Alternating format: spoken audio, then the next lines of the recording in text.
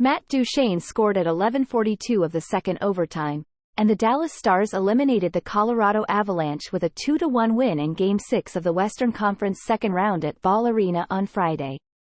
"I don't even know what I did," Duchene said of his reaction. "I know I ended up on my knees like last time I got one in overtime. But I have no idea, to be honest with you. It's just elation, right?"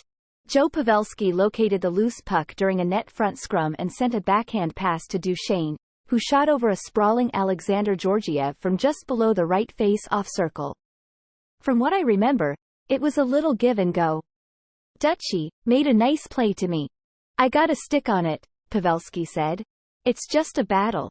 Cut, Dutch, kind of out of the corner of my eye on the side and just tried to get it out there. For me, you're battling and you know it gets out to him, and I just got an eye on the net. It was nice to see it go in." The Stars will face either the Vancouver Canucks or Edmonton Oilers in the Western Conference Final. Vancouver leads that series 3-2 entering Game 6 on Saturday. It will be Dallas' second consecutive trip to the conference final. The Stars lost to the eventual Stanley Cup champion Vegas Golden Knights in 6 games in 2023. Mason Marchment nearly won it for Dallas with an apparent goal at 12:31 of the first overtime on a wrist shot from the slot, but it was immediately waved off because of goaltender interference against Duchene. The call was upheld following video review. "It's indescribable. You're so happy and see all the boys hopping over the bench and then I look over and he's kind of waving it off," Marchment said. "The explanation that I got was Dutchie's backside was over the line. His feet were outside, but his backside was over the line. That's the explanation I got. That's hard. That's a momentum swing. Sometimes it can be a huge break for them. I think they maybe did push a little bit after that. We got a good break at the end there," squeaks out to Dutch, and he scores. Jamie Benn scored the tying goal early in the third period, and Jake Oettinger made 29 saves for the Stars, who are the number 1 seed from the Central Division. "Our team comes in here and wins 3 road games against the best home team in the NHL," Dallas coach Pete DeBoer said. "Just fantastic character to be able to do that against that team in this building. What a gauntlet." Colorado was a more rested team after their first round. Mikko Rantanen scored, and Georgiev made 36 saves for the Avalanche, who were the number 3 seed from the Central. "It was tiring, there's no question," Colorado coach Jared Bednar said. "You can see our energy level drop as the periods went on, but our guys played hard. They played hard every shift and defended hard. They're a really good team.